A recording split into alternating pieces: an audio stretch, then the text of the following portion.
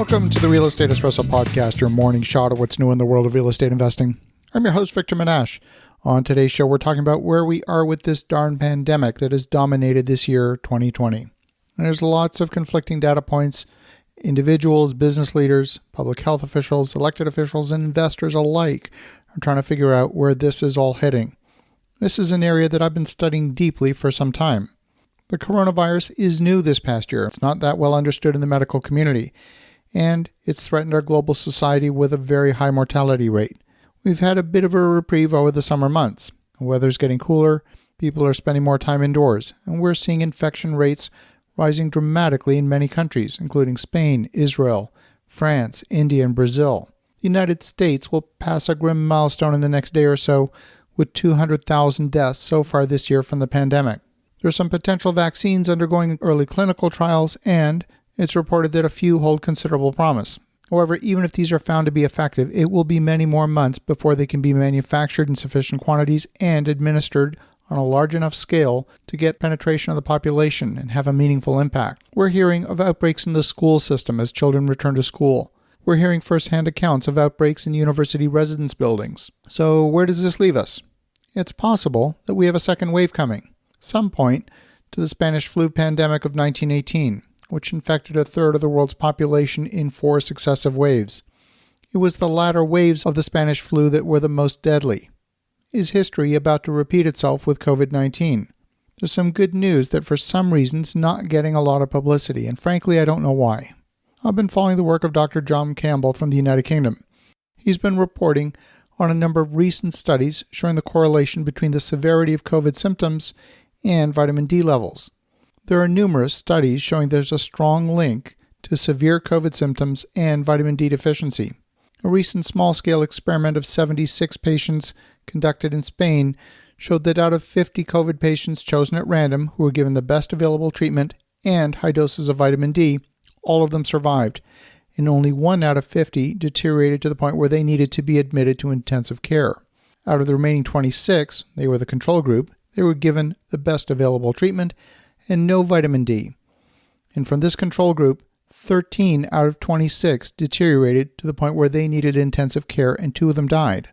Fully 50%, those who were not given supplementary vitamin D, ended up in intensive care. And over the past week, Dr. Campbell has presented numerous other papers and studies from the Journal of the American Medical Association, 2 large-scale studies from Israel, to name just a few. Now, it's strange that the World Health Organization, Center for Disease Control, the Oxford Center have not initiated large-scale clinical trials of vitamin D, but the studies to date seem pretty compelling. I've maintained for a long time it would take one of 2 things to bring the pandemic to an end from a social and economic impact.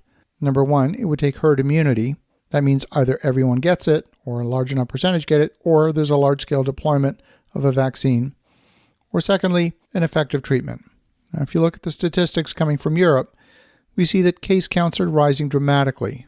Let's look at Spain specifically. New daily cases peaked around the middle of March. Deaths in Spain peaked about 3 weeks later in early April and then declined as the number of infections dropped. Fast forward to August. The number of new cases have been rising very quickly and have almost reached the same levels as those reported in the spring. Now, we know that testing is being done more efficiently now than it was in the spring, so there's likely a larger number of undetected cases in the general population earlier in the year. But here's the striking difference. 3 weeks after cases peaked in Spain in late August, the number of deaths reported is a tiny fraction compared to what it was earlier in the year. And during the first wave, there were about 10,000 new cases a day, and the deaths peaked at about 1,000 deaths a day. In late August, we're seeing about 10,000 new cases a day and anywhere from 30 to 70 deaths per day. It appears as though treatment has become more effective and many fewer people are dying. We see a similar situation in France, where the number of daily cases reported now at the end of August and September has far surpassed the peak in the spring. Daily deaths in France peaked at about 1,500 deaths a day. Now, France is experiencing about 30 deaths a day. Same phenomenon is being reported in the UK. Cases are up dramatically, but the number of deaths is not. It's too early to declare the pandemic over. Some of the studies have shown vitamin D to be effective as both a preventative and as a therapeutic. And vitamin D is produced within the body simply by exposure to sunlight. As a supplement, it's readily available, and it's easily manufactured in high volume. For the past week, I've been taking high doses of vitamin D, and I believe there's reason for optimism that as the research becomes more widely known, we will see a rapid conclusion to this pandemic. As you think about that, go out, take some vitamin D, and we'll talk to you again tomorrow.